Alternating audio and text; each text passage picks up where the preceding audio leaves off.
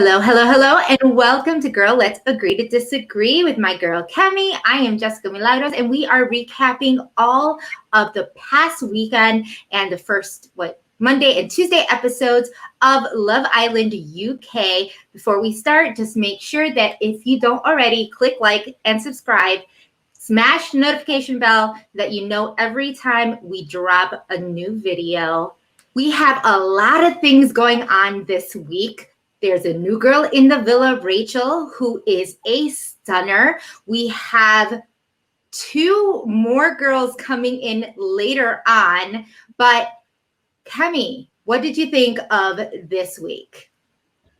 I feel like it's one of those things where, you really, really, really want something. And then when you get it, you're like, I wonder what that other thing would have been like. Because, Rachel coming in, smoke show and all, I mean, she's literally stunning.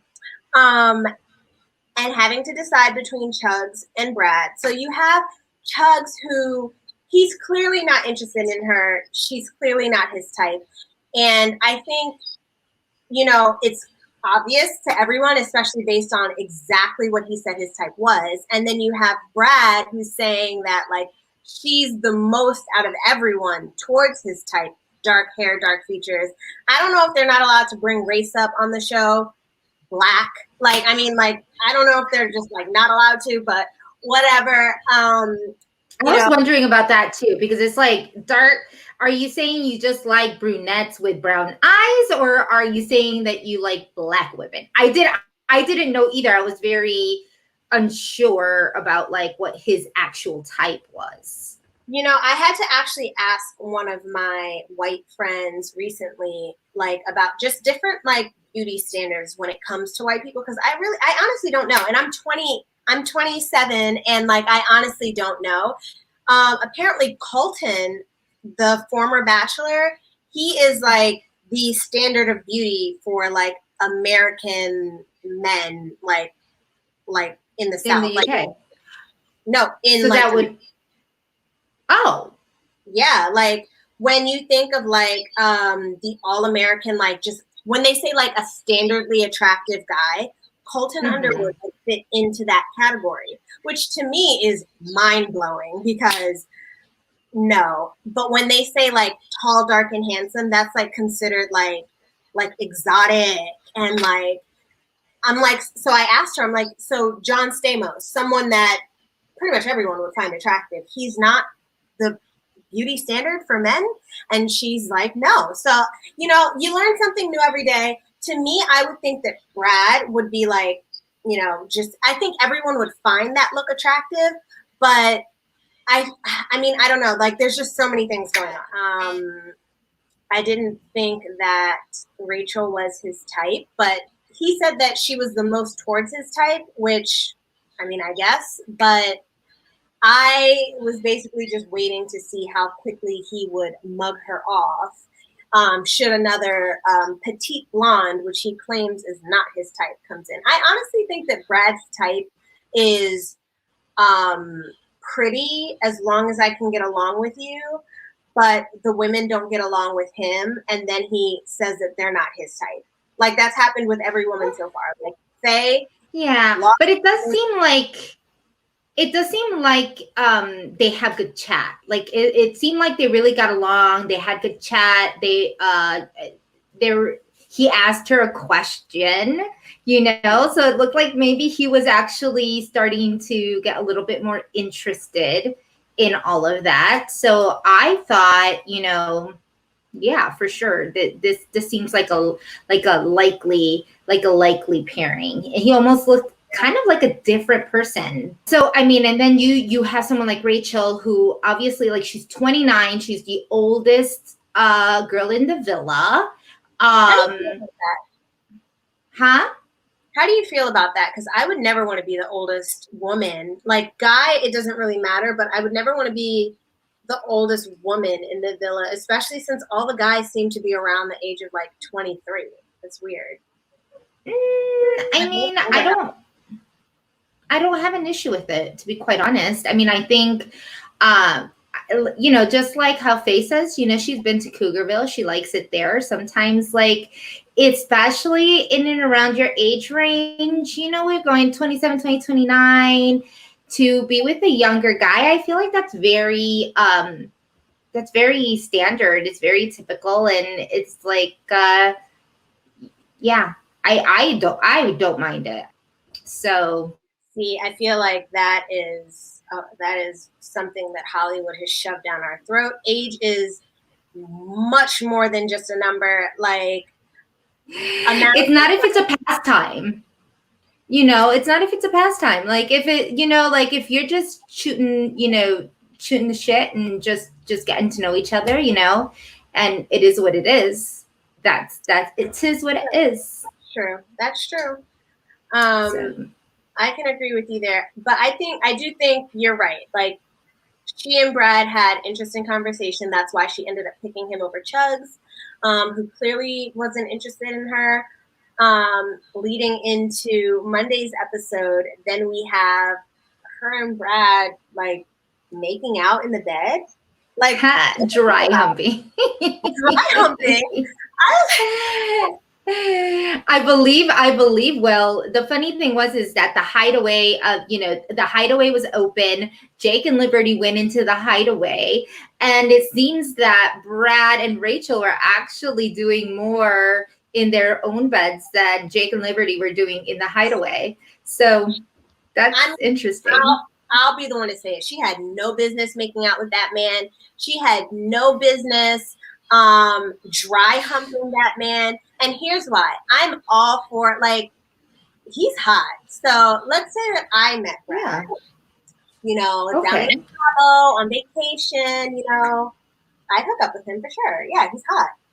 But like, this is Love Island. This isn't Hookup Island, right? So I just feel like if you were genuinely interested in him, like, I personally wouldn't be making out with him on the first night unless like he said that I am head to toe his type, and oh my God, I could see you reading my children. Oh my God, like, you know, I'm ready to pack up our bags and leave now, just like Theo said. And see, like, if I really loved you, I would take me with you. Like, I want us to be conjoined. Like, unless I'm hearing that, and even with that, like, I don't even know if I like you that much. Like, I know for a fact she can't understand him because I can't understand him, and we're here. It's hard. It's hard to understand that boy. It's just I sometimes I give up. And you know what? Here's the thing. I think that maybe my younger self would have said the same thing, but I know so many people now that have married on with one night stands and random hookups, and you know, it's not always your standard. No, that's not what I'm saying. That's not what I'm saying at all.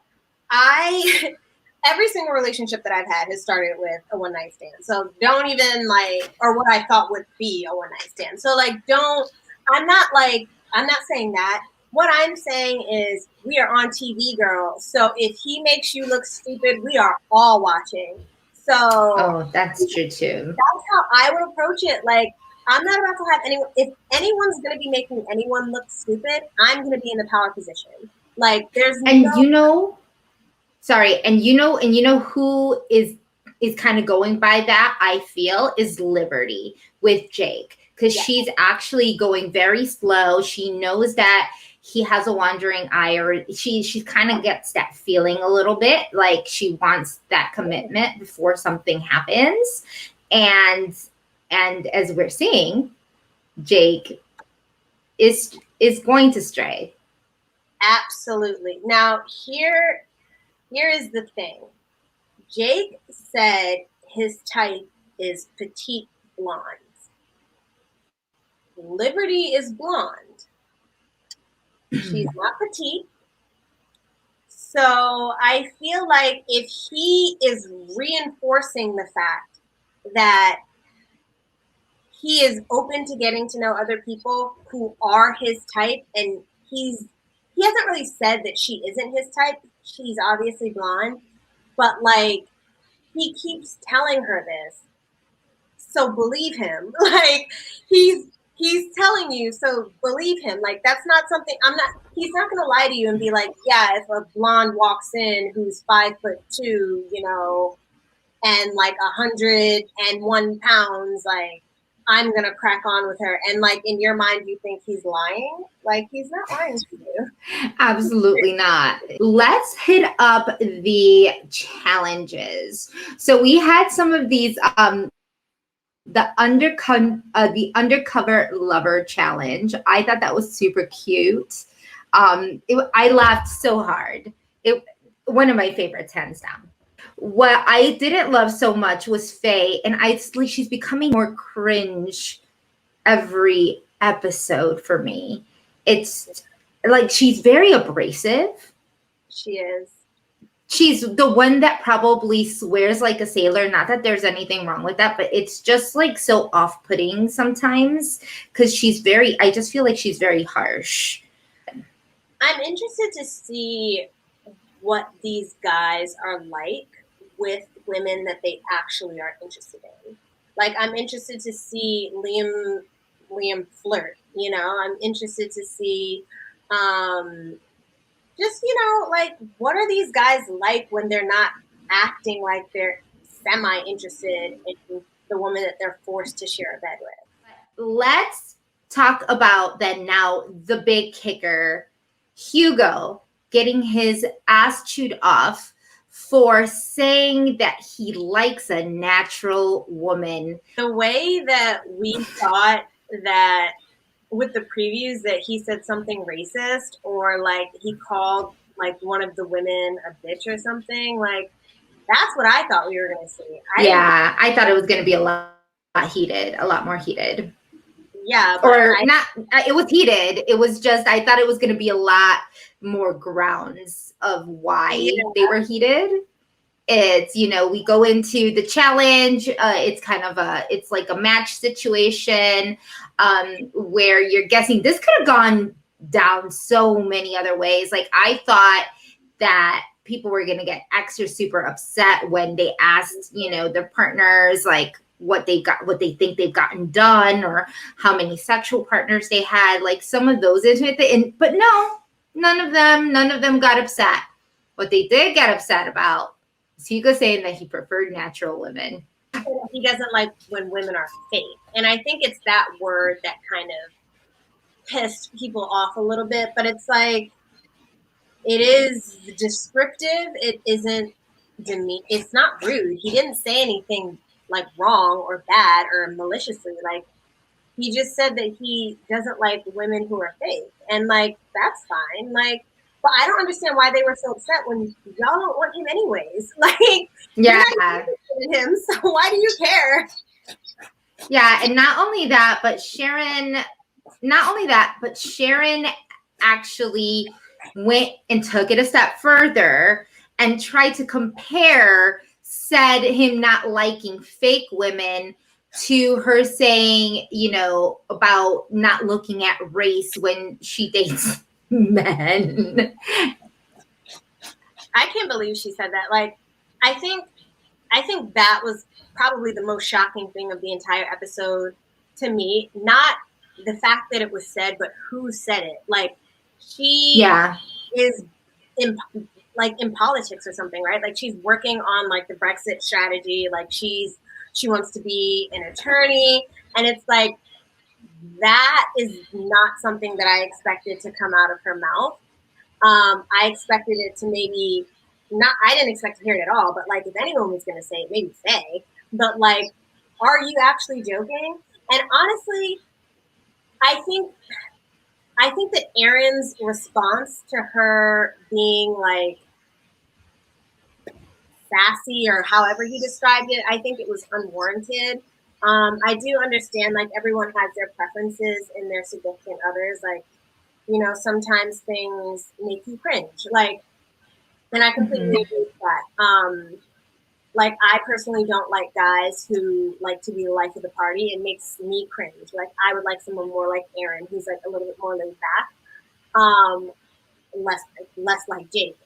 But I just thought it was weird that was like the tipping point for him, that he like it seemed like he's like ready to break it off with her because she like expressed an emotion, which is, you know, a problem in and of itself that goes back centuries. But yeah. Absolutely, absolutely. I think that in this case, hopefully and hopefully not, I would really hate for, the Aaron Sharon situation to fizzle out already. I really like them together. And it seems like they might have some things that don't really coincide, that of having children and Aaron wanting 4 and her wanting 0, all the way to this little blow up that she had in the way that she dealt with it. So hopefully that we'll see how that actually works itself out.